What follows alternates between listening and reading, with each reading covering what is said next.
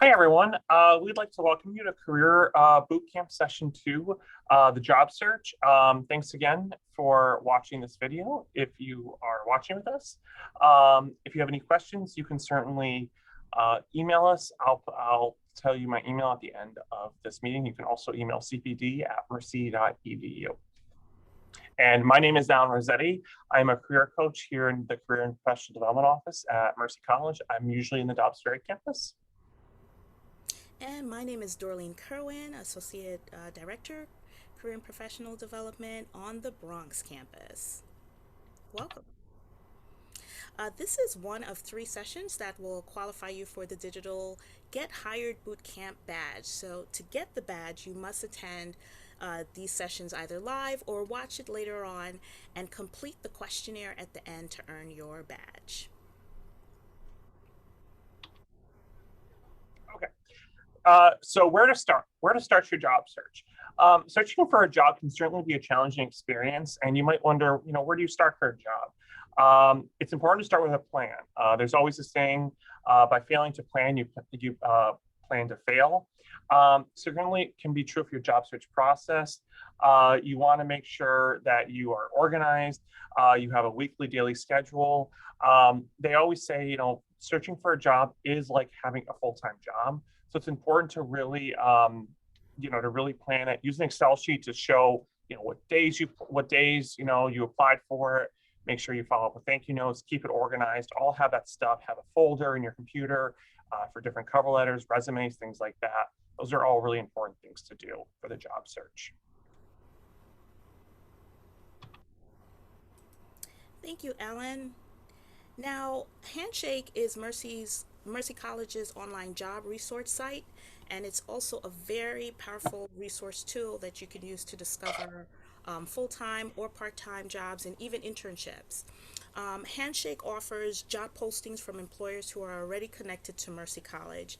It's a search engine that you can use that's very user friendly for our students and offers filters that can help you find different postings by industry, job function, and location. In addition, most job postings on Handshake come from a connection that has already been made by our Mercy Employer Relations team, which means that recruiters who post on Handshake actually want to hire Mercy College students and graduates. So it's really easy to get started. You can simply log into mercy.joinhandshake.com by using your Mercy email address, which acts as your user ID, and your password is also your Mercy Connect password. So very easy to connect. However, when applying to jobs, internships, or the like, you want to have a completed Handshake profile and an approved resume that is made visible to employers. So this is a great resource that you can start with. And why don't we take a listen to this short video with additional tips on job search from Handshake themselves.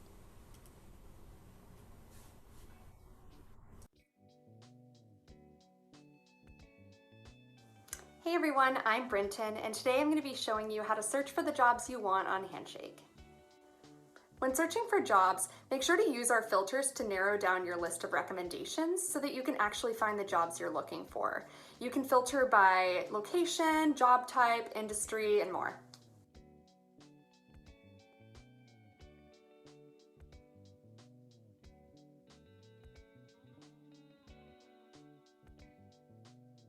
Keywords let you search job postings, including titles and job descriptions for a specific term. So for example, if you were to type data science into the keyword search, it would only show you job postings where the term data science appears anywhere in the listing.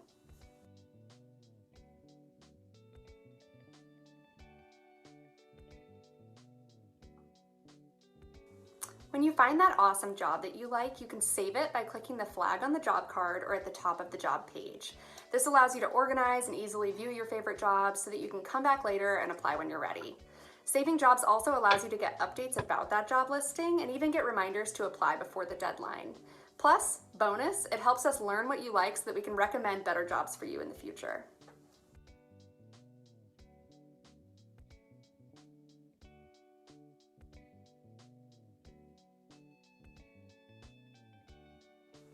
Alrighty, thank you so much for watching these job search tips. If you want even more advice for how to find a job on Handshake, be sure to visit our blog at learn.joinhandshake.com.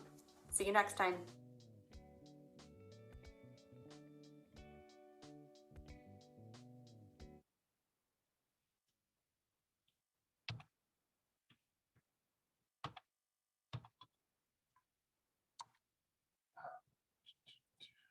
Okay. Sorry, give me 1 second.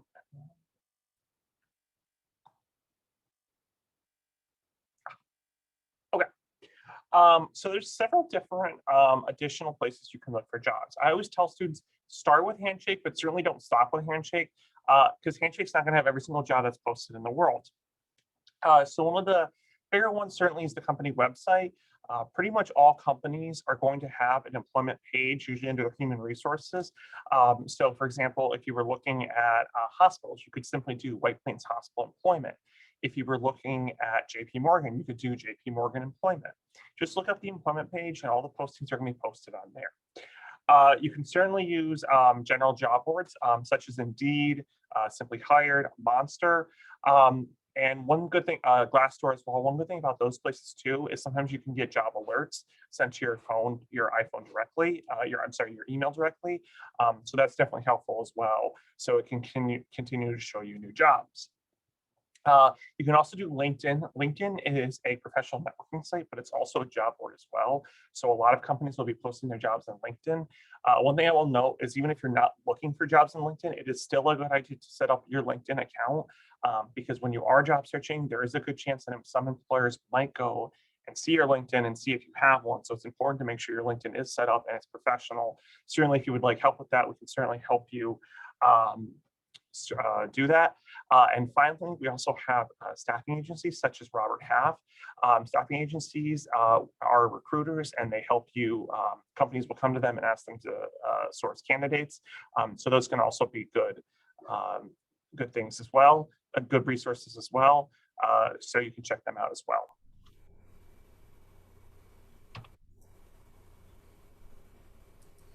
So let's talk about Networking. Thank you, Alan. So, when we refer to networking, it's important to note that networking, as it pertains to your job search, is not the same as asking someone for a job. Usually, your networking contacts will not be your potential employers. And networking starts long before a job search, and you probably don't even realize that you are networking. So, what exactly is networking? Networking is basically tapping into the people that are already connected to you, such as your family, your friends, your education staff or professionals, other employment that you have had in the past, and basically your community. Some say as high as 70 to 80% of jobs are obtained through networking. So it's very important to make sure that your community knows that you are searching for a job. So think about who you know, like professors, colleagues, friends, family. These are the individuals that will help you to learn about job opportunities in what we call a hidden network, which is jobs that are not always advertised.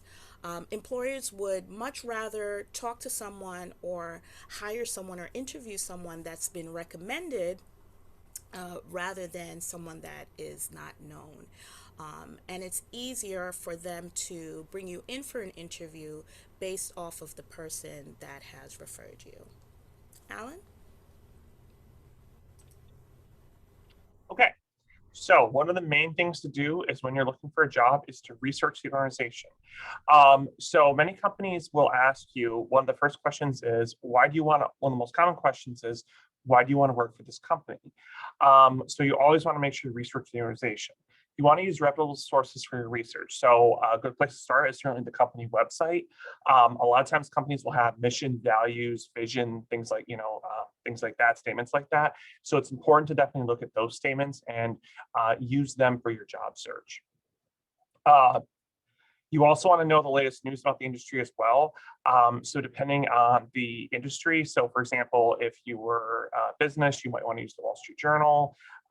If it was medical, you might want to use medical journals, things like that. So you want to know the latest news, because if there's something really big that someone who's in the industry really knows about, you may want to you want to definitely know that if the interviewer asks you. It's a good thing to bring up. It's a good thing to write in your cover letter, etc.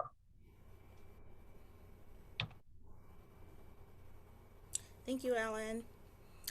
You can also learn a lot about the company from the content of the job description. So, during your job search and while you are looking through the job opportunities, you want to make sure to read the entire job description from start to finish. Make sure you pay close attention to the responsibilities and the qualifications. Oftentimes, not always, the most important responsibilities and qualifications are listed at the top of the section of the job description.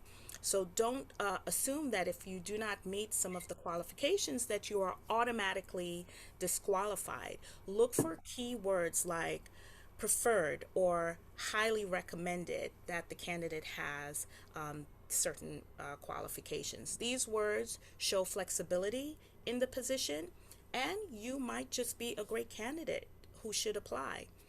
Conversely, if you see words like required or must possess, make sure that if you are going to apply to this opportunity, that you meet those requirements.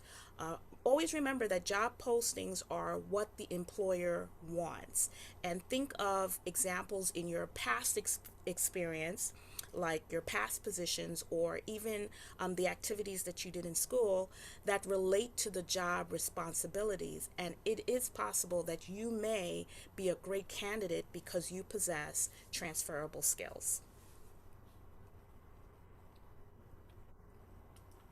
So let's talk a little bit about transferable skills. Alan? Thank you, Darlene.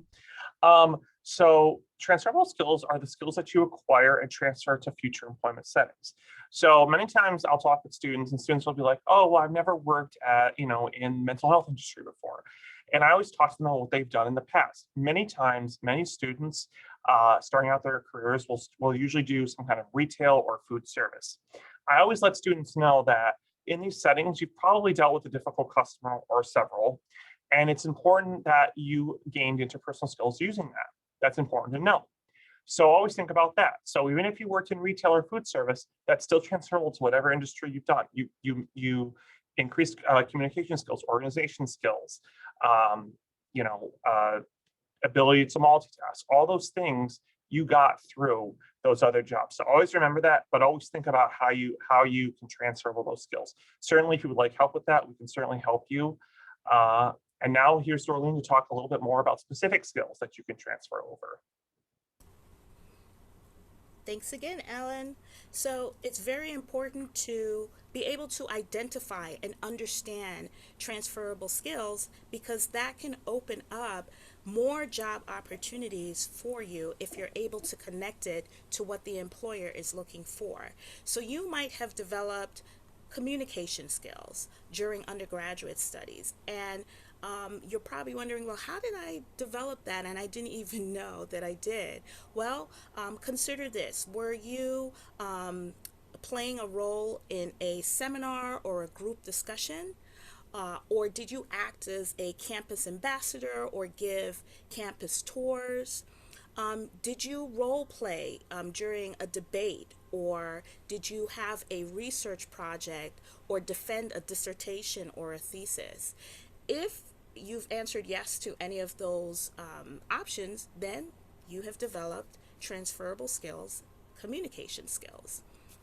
How about adaptability skills, which means that you can demonstrate a drive and deal with things positively, even though there are setbacks. And we know that we've experienced a lot of that during the past year. So maybe you have developed a transferable skill in adaptability.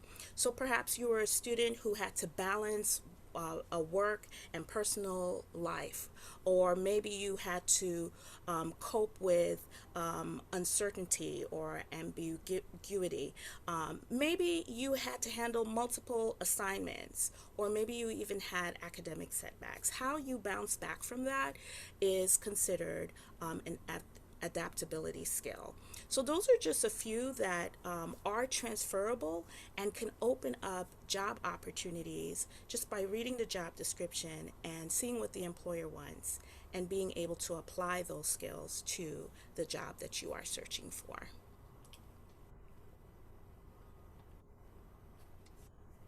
If anyone has any questions watching this video, certainly you can reach out to cpd@mercy.edu and we'll be happy to answer any questions you might have.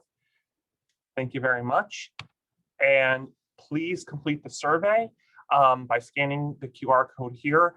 Remember, in order to earn the badge, you need to attend all 3 sessions or watch virtually later and complete the surveys in order to be eligible for the badge. Thank you so much, everyone, and I hope you enjoyed this. And again, if you have any questions, please reach out to us.